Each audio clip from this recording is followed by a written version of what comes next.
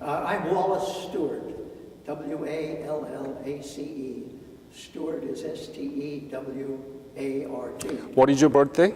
February 27, 1933. And where were you born? I was born in Salt Lake City, Utah. Ah.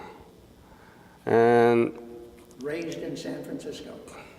tell me about that memorial monument, because I myself was there. You were there. Well, that was great because on August 31st, we dedicated the Korean War Memorial, sponsored by the Korean War Memorial Foundation, in the Presidio of San Francisco. It sits right on the 38th parallel, looks north, and has a spectacular view of San Francisco Bay and the North Counties. And Golden Gate. And the Golden Gate Bridge. Golden Gate Bridge is a landmark for troops coming and going to Korea during the Korean War. I didn't leave from San Francisco. When I shipped out, we left from San Diego. But when I came back, we came in through the Golden Gate. Were there any big crowd to welcome you back? No, not really. My family, my mother, her sisters, my brothers and sisters were there. But it was just an everyday occurrence by that time. That was in 1950, the end of 53, beginning of 54. So tell me, what is your position in the Korean War Memorial Foundation, and what did you do to erect this monument? Pardon me. I'm Director of Education.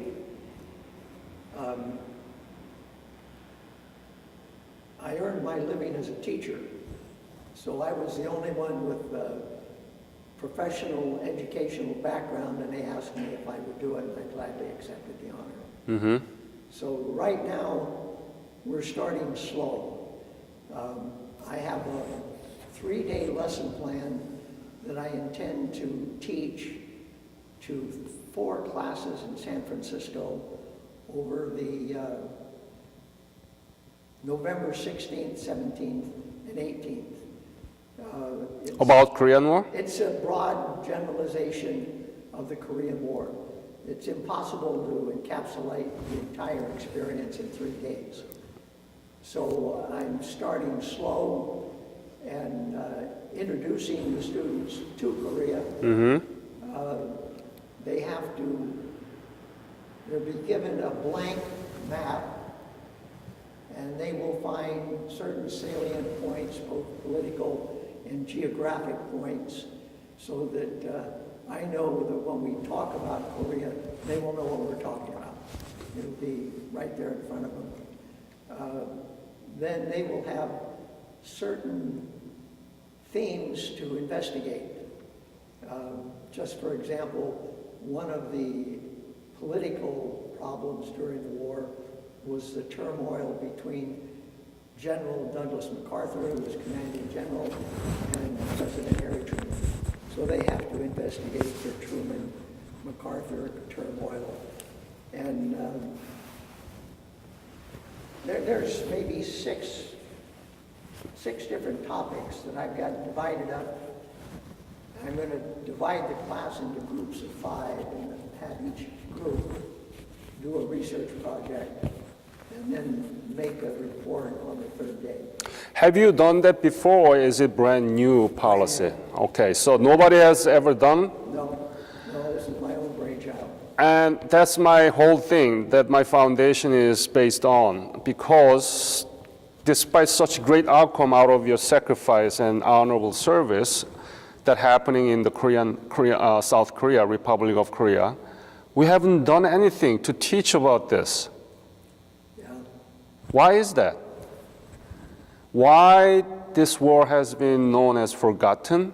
And you name any war after World War II that has come out with such accomplishment or a simultaneous accomplishment of rapid economic development and democratization.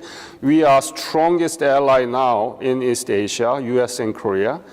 It's a beautiful outcome out of your service. Why don't we teach about this? I think because we were sandwiched between World War II and Vietnam. World War II was a big patriotic war. Korea was an afterthought. It was considered a police action. Some of the veterans, including myself, were not welcomed into veterans organizations. I had received a Purple Heart for some minor injuries, and when I went to a Purple Heart Society meeting in San Francisco, they said that that was not even a war. The majority of the men in that Purple Heart organization were World War I veterans. They were in their 60s, 70s, and 80s. And Korea was just an afterthought. So they didn't put much stock in it. Do you know how many casualties out of the Korean War after World War II? Yes. Two major world wars? Yes. How many? I can't read them all, but someplace in the vicinity of 30,000. 37,000 of killed in action. Killed in action. But overall, 4.5 million people died and injured. And that's the biggest casualties after World War II. And we still don't teach anything about this. Not much. The Vietnam War was such a politically polarizing event that the younger people were demonstrating against the war, and it was just not in the nation's psyche to teach about a war. And from a teacher's standpoint, I look at the history books, and the American history courses are usually divided into two major categories: before the Civil War and after the Civil War. And after the Civil War, the last textbook I saw had 3 pages about World War II. Now try to explain World War II in 3 pages. Not going to happen. Korea had a paragraph. We had a quantitative research about the length of the coverage on 2 wars, Korean War and Vietnam War. Do you know what we found? 1/3 of it. Yes. Yeah. So that's why my foundation is hosting annual teachers, history teachers, social studies teachers conference, which is backed by National Council for Social Studies. And we annually hosting teachers conference. And we just did it in Orlando, Florida this year. 90 teachers from 25 states. If you look at the brochure in the middle, you will see the picture. And those are the teachers who came to learn more about the Korean War, and beautiful outcome came out of the Korean War. And That's how I got in touch with you, through the Korean War veterans article in the Graybeard, their monthly magazine or quarterly magazine.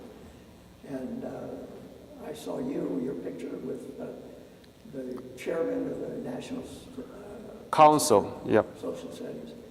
And so that's how I got in touch with you, because we want to be active participants in this educational process. But we're just getting our feet on the ground. When I heard from you about this, I was really, really pleased and honored that we can possibly co-host the Teachers Conference next year here in San Francisco. Teachers will love to be here. So we'll go over the facility and we'll set the dates and we'll talk about the details, okay? That's fine. I'm looking forward to it. Absolutely. Wow. Finally, I got real partner here.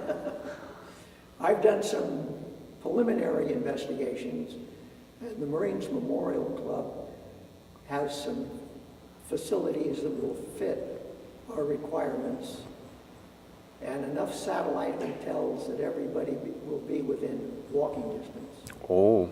If that doesn't work out, then these facilities at the San Francisco War Memorial Foundation building, and there are hotels in the vicinity.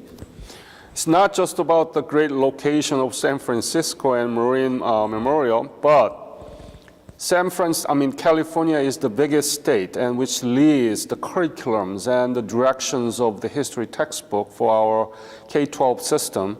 And when we co-host the teachers conference, I want to invite legislators, publishers, textbook writers, and I have a tremendous team there that professors who are leading C3 standard, which is the principles that are actually teaching how to write the textbook here, a history textbook here. So I want to convene all these people together and real talk about why don't we teach about it and how we can improve this ridiculous problem. In that sense, Can you help me to do that? Convene all these parties together? we will in any way we can. We have some contacts with the San Francisco School District, and we have a contact with the Filipino Americans that just went through this process of having the legislature pass a resolution exemplifying the contributions that the Filipinos made during World War II. Now, John Stevens and I have a conference with them coming up next week, and we're going to see if we can follow their trail and get a similar proclamation out of the state senate. We can invite the veterans from Philippines too, because they are the one of 18 combating states. Yes.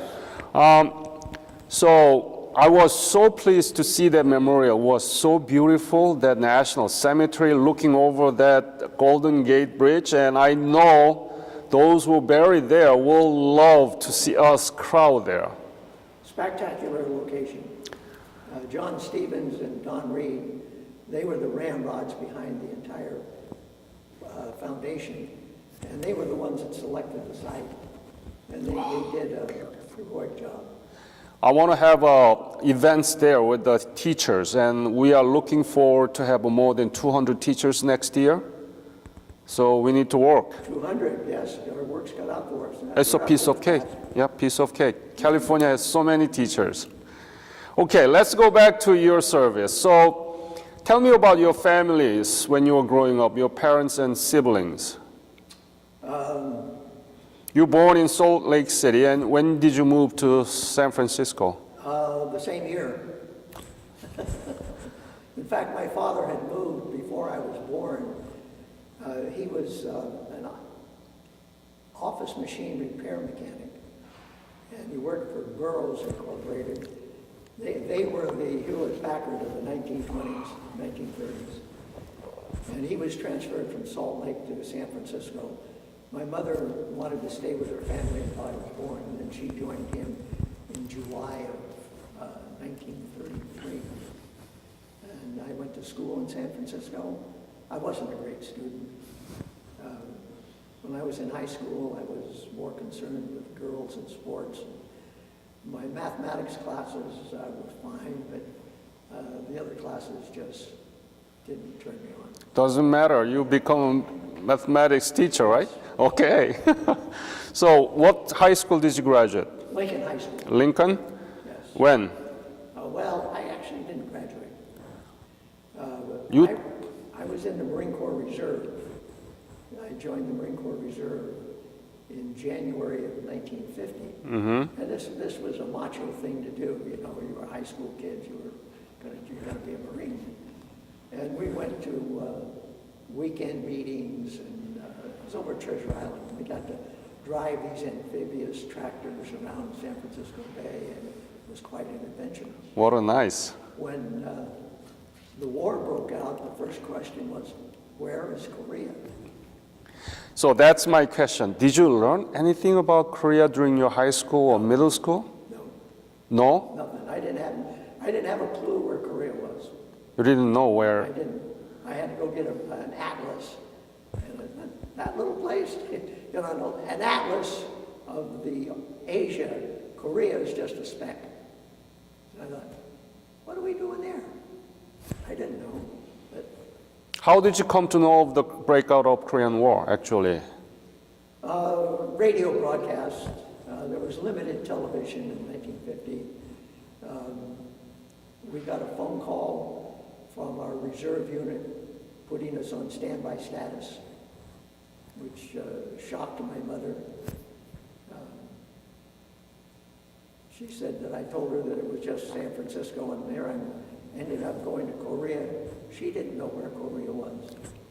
She knew where Japan was because of World War II, but had no idea where Korea was. Obviously, you knew about China, right? Oh, China, yes, China Yeah. and Japan. But nothing about Korea. That's the reality Yes, that I want to break. I think we can do that. Yeah.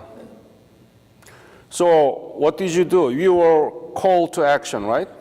Recalled for, what did you do? I was 17, and the company commander called 5 of us that were 17 into his office, and he said, you guys are too young to go to Korea. He said, but you're going to go anyway.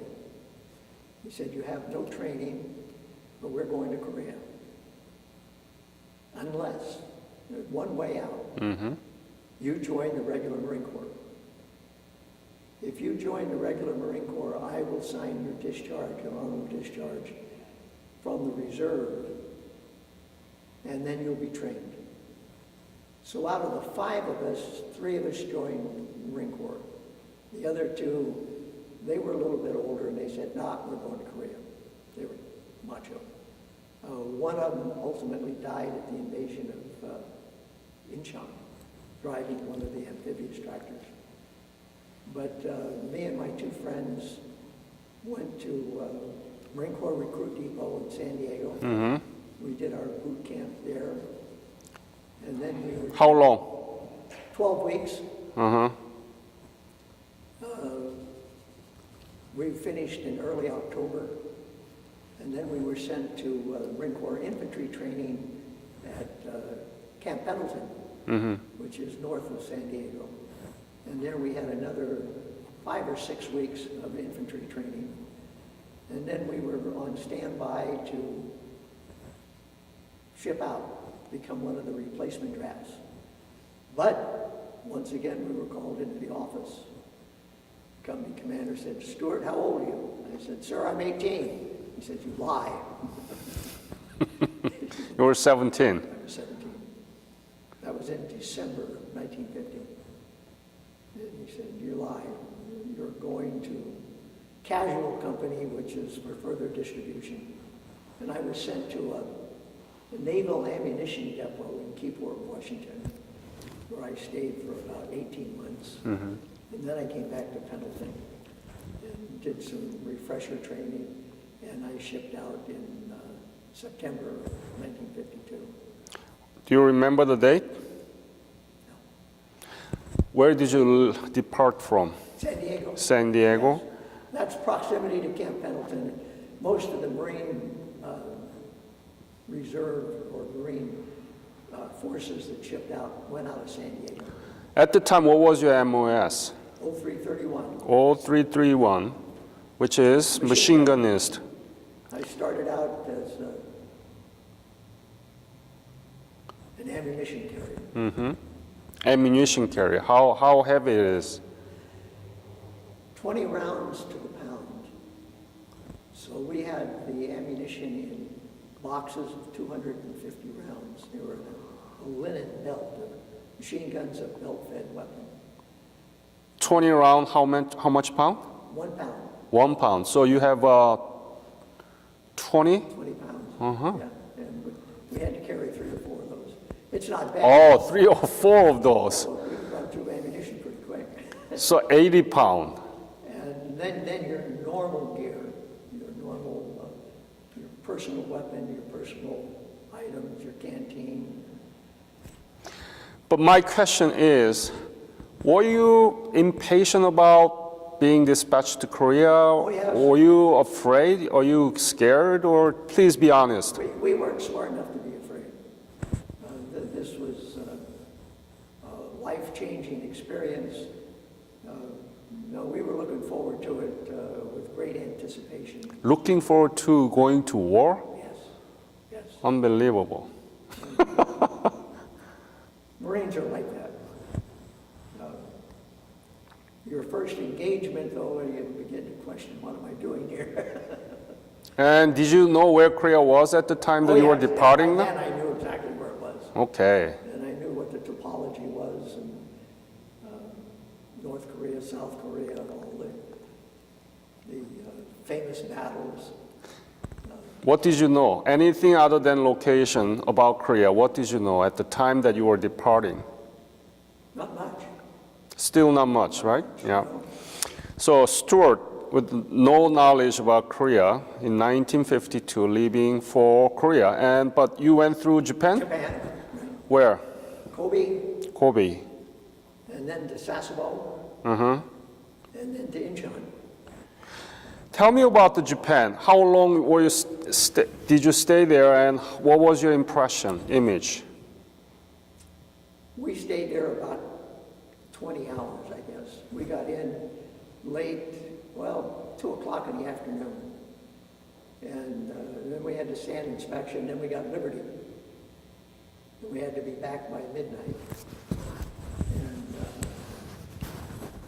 this was a cultural shock.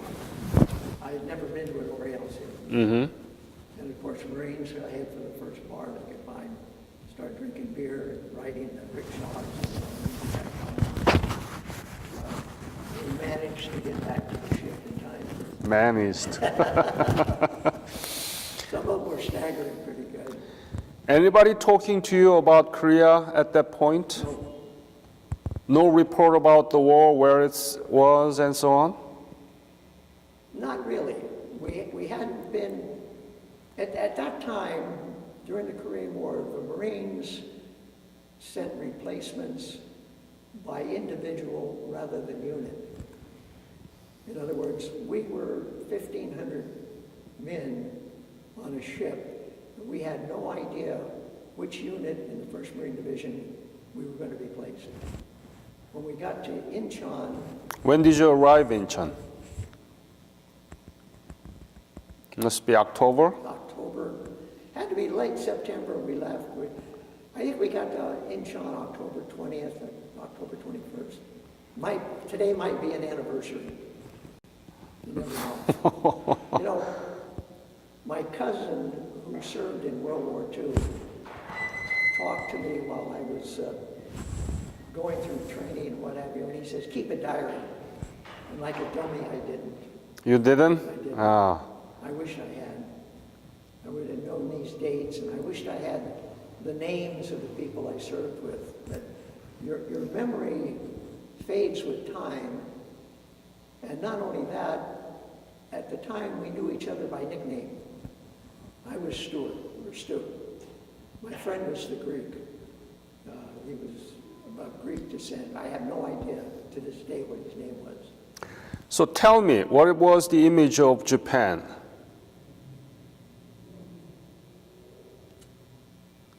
It's hard. I didn't really think about it. It was unique. We didn't see the best part of Japan. We saw the bars in Kobe and the dancing girls, and 8 hours. The cab driver that we went with scared the daylights out of us. He was driving so fast and weaving in and out of narrow streets. But I didn't really come up with anything. What about Incheon? What did you see? How was it? Do you remember that scene? Incheon. We were all looking for signs of battle, but there were none. Most of the city was still in rubble, but in the process of rebuilding.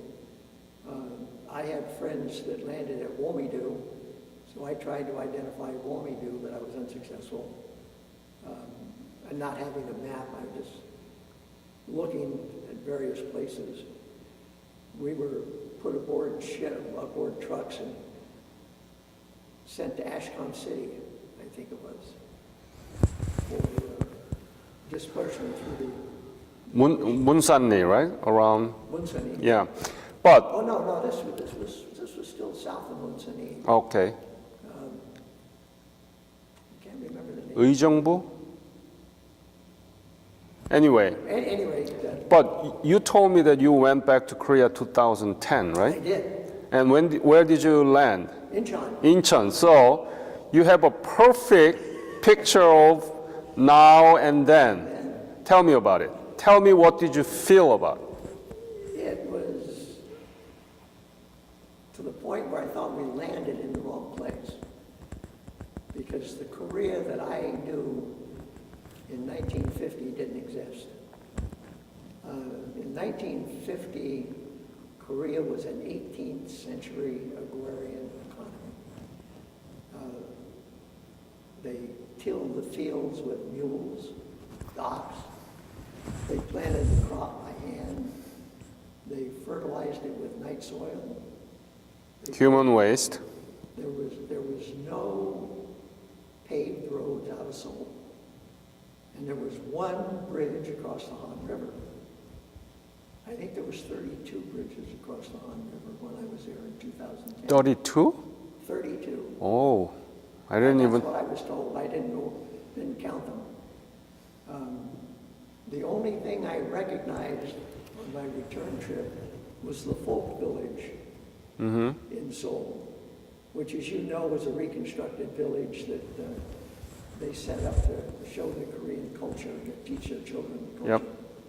And then I knew that. I felt right at home there. That was Korea. I knew these high rises. What's that? You know, I think I counted 40 cranes on the horizon. And where Munsan-e had been just a small village, not even a two-story building, there was now multiple, I'm going to guess 18 to 20-story apartment buildings. And there was a phenomenal growth. One of the themes that I intend to pursue in the education sphere is the transformation of Korea from this 18th century agrarian economy to a 21st century world power in 40 years. And it took Western civilization a couple of hundred years. But you were aided by technological advancements, so you got a head start. But it's still a phenomenal growth. And I attribute that growth to a homogeneous population that values education and willing to make the sacrifices necessary to get the capital to invest. And now we're driving your automobiles. I like your point that it was Korean people actually accomplished such simultaneous, it's never been precedented, simultaneous during very short time or period. It's been accomplished, never been precedented. But we were able to do it because we were given the chance to rebuild it. And that's what you did. But you had a population that was open to education. And you had a homogeneous culture. One of the problems with the United States, we do not have a homogeneous population. And That's a very good point. Not all segments of the population value education. Yeah, it's And they're not willing to make the sacrifices. So education, I think, because we didn't have any drop of oil. We don't have natural resources much, all concentrated in North Korea. But we have one national resources, which is education. Population. Yep. And this is what I wrote about how we did it, how we accomplished the rapid economic development and democratization at the same time in a very short time period. And this is from indigenous perspective, our own historical approach about what happened. So I would like to dedicate it to you. I look forward to reading it. Please, and it will be a good medicine for you to sleep. But let's go to so what do you think about your legacy? Usually I ask this question at the end of the interview, but since you are in a very different setting, what do you think about legacy? When did you see modern Korea 2010 and the knowledge that you didn't have anything about Korea in 1952? And now we're talking about this, talking together to educate our children. What do you think about the whole thing? It's a privilege to be involved with it. John Stevens asked me if I would become director of education, and I was honored by that request. And I think it's a worthy goal. The legacy that we leave to our children is invaluable. It shows them what can be done. If we had a homogeneous population, it would be a much easier task. But we're willing to take the challenge and do it. That is your legacy. That is the legacy of the Korean War and the Korean War veterans, those who killed in action, those still missing in action. I had one of my high school friends was killed, and he left. While you were there? Yes, he was killed. Well, the armistice was the 27th, I think. He was killed on the 19th. Oh, For some reason, the Chinese became very belligerent absolutely. in those last few weeks. Yes. And, particularly, we were running a stable defensive line with some outposts out in front, and a few of the outposts were attacked by battalion-size organizations, and he was on East Berlin, and he died. He left a year-old son, and I lost track of him, but I found him. Oh, you found them. Good. How? It was when I found his son, he looked so much like his father. It's like he's still there. But I found him through the Alumni Association at the high school, and we have a liaison. I meet him in Seattle once a year, and he comes down here once a year, and we have lunch, and our families get together. So we've maintained the relationship. I'm so sorry to hear. So let me ask you about your battle experience and service. What was your unit, actually? I was with Baker Company, 1st Battalion, 1st Marines. 1st Battalion. 1st Battalion, 1st Marines. Okay. 1st Marine Regiment. And still machine gunist, right? Yes, yes, I was in light machine guns. I was attached to the 3rd Platoon. And where were you in Korea? North of the Imjim River, on the main line of resistance, in a number of different places during the 6 months of the war that I was there.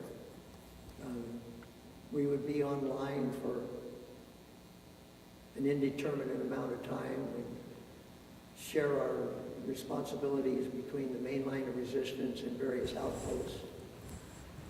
And we would run reconnaissance and combat patrols in what we referred to as Indian country, no man's land. Who was main enemy? Chinese, right? Chinese, yes. There was no North Korean. I think the North Korean army ceased to exist at that time. And, you know, this is very ironical because the Korean War is between South and North Koreans, but most of the interviews that I had telling me that your enemy was Chinese. Chinese troops, yes. And you still haven't resolved that relationship. China is challenging, the rising hegemony is challenging the existing hegemon, which is the United States, and they are colliding every inch in South China Sea now. Oh yes, they're making the islands. You know, they're expanding, overflying some of our aircraft carriers in less than friendly fashion. But ironically, China is our biggest debt, but we are also their biggest customer. So we need each other. That's what I call frenemy, friend and enemy. Friendly enemy, right? So the Korean War was the beginning of the Cold War, and that Cold War hasn't finished yet. Oh no, that's ongoing. That is another legacy of the Korean War. I think as a viable economic entity, communism is dead. Socialism groans a little bit, but it might as well be dead. There's no free lunch. Chinese economic system is not really communist. It's a 99% is capitalism. Right? Only one thing is they own the whole land. The state own the land. Yes. And political dictatorship of Communist Party, but it's a capitalism. They used to be the center of capitalism in the world. Yeah. Yeah. So, tell me about typical duties of your service in MLR, main line of resistance. Main line of resistance. I mean, students will listen to you. So, when did you wake up? When and what did you do? What did you eat? What was the kind of danger that you encountered? And how did you get the Purple Heart? Tell me all these things, please. There's a lot of repetition and a lot of boredom. And this boredom is punctuated by moments of sheer terror. That typical day on the main line, we would be awake most of the night, usually on 50% alert. So the idea of everyone going to bed and getting up at the same time is not descriptive. You would wake up, and if you were hungry, you would eat what C rations were available. C rations being canned breakfast, lunch, and dinner. They were all the same. We didn't care what it was. The things we didn't like, we'd stack up in the corner, and the things we liked, we'd eat until it got, supplies ran out, and then everybody would grab the things they didn't normally eat. But cleaning your weapons, making sure the defensive perimeter was intact, the machine guns had adequate ammunition available. The guns were cleaned. We had our fire direction cards. We had to make sure that they were up to date. Most people don't know what a fire direction card is, so I won't bother with that. Well, the machine gun has a search and a traverse mechanism on it where you can change the elevation and the trajectory of the muzzle by a mechanism. And you can pre-fire the gun at a certain target and write the coordinates down for your search and traverse, so that if you have certain approach areas that you want to cover and you can't see them at night, you can set them up on your machine gun, and then you fire in a sector. And we always used to fire where you had interlocking bands. Mm-hmm. You would fire through a certain sector, there would be an overlapping sector from another gun, and so on and so forth. We'd make sure that they were up to date and effective. We'd repair any of the barbed wire that was damaged during the night. The Chinese were not very aggressive in daylight. We had air power that the minute they showed themselves, we'd call airstrikes in on them, and that would dissuade them from showing themselves. But once the sun went down and dark, then it was a different ballgame. As I said, we'd have outposts any place from 400 or 500 yards to a half a mile out in front of our main line to intercept an enemy attack in its preliminary stages and more in the main line of approaching enemy.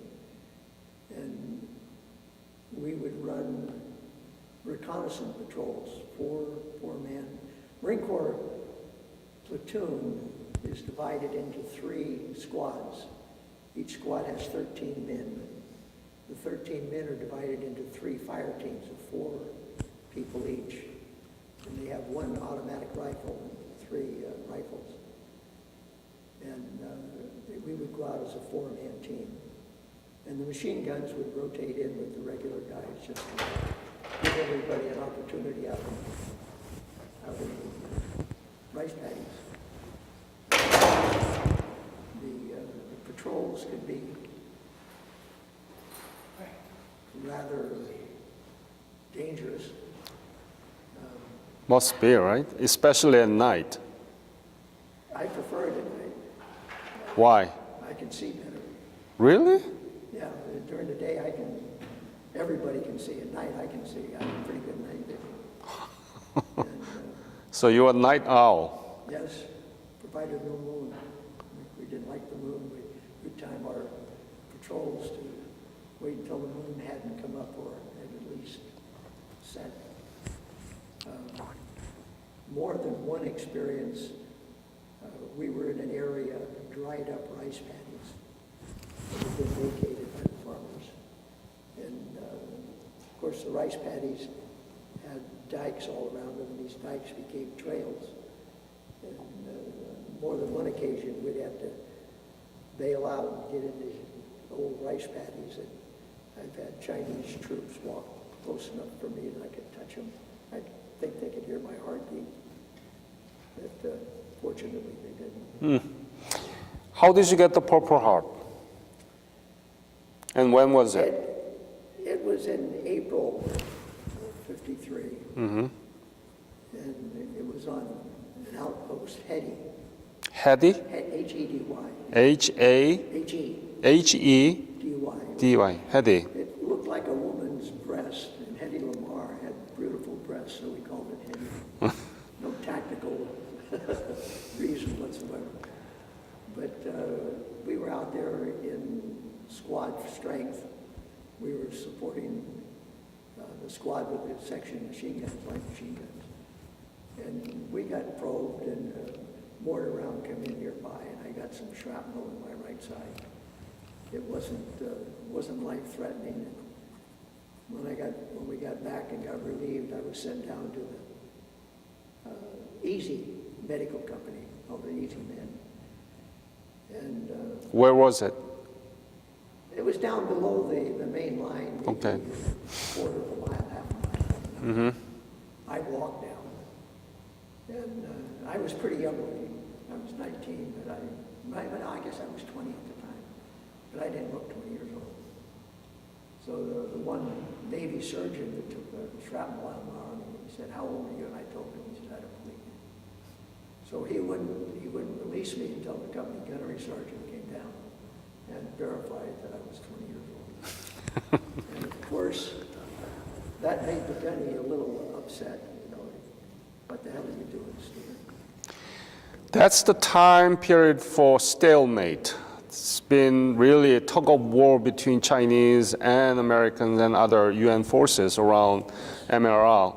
How was the situation? How did you remember it right now?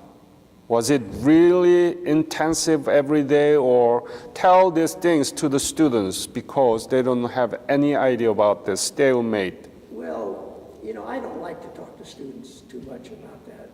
When I do talk to them, I get a piece of chalk and a chalkboard, and I said, have you ever been hungry? Then to participate, yeah, I've really been hungry. Have you ever been cold? Yes, we've been cold. Have you ever been tired? No, yes, we've been tired. Have you ever been cold, wet, tired, and hungry simultaneously? And then with each category, the number of hands go down. And then I show that that's the experience. I don't want to talk to them about shooting people. That's just something that I don't feel comfortable with. What was the most difficult thing during your service in Korea? If I ask you, name one, what was the most difficult thing to you? Maintaining my own personal discipline. What do you mean by that? Doing what has to be done in face of whatever is facing you. You are not? It's a dedication. It's not something that you take lightly.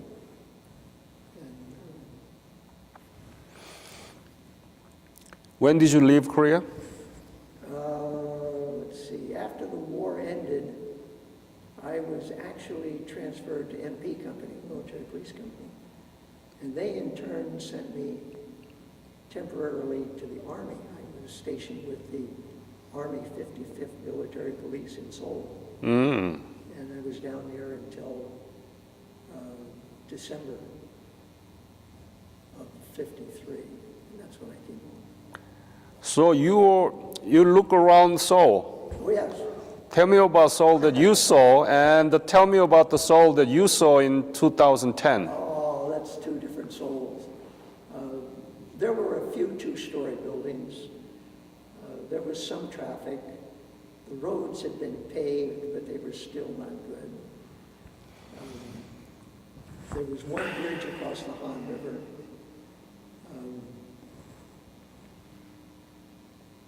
We were based in a former girls' school. I have no idea where it was. I'd have to go back and look at the map. But it was the first time I'd lived indoors a year. And the Army treated us well, they fed us well. Our main responsibility was to police the Marines who would come into the PX, big PX in downtown Seoul. So we would man the PX area. And then when the Army got short of troops, we would go on patrol with them as regular policemen. And that was interesting. What was your rank at the time? I was a corporal. Corporal? How much was your salary? Annual salary? $92 a month. And then we got I think it was $45 a month Combat pay. If we got 6 days of enemy fire during that time. And on one occasion, the company clerk didn't put in the diary that we were receiving incoming.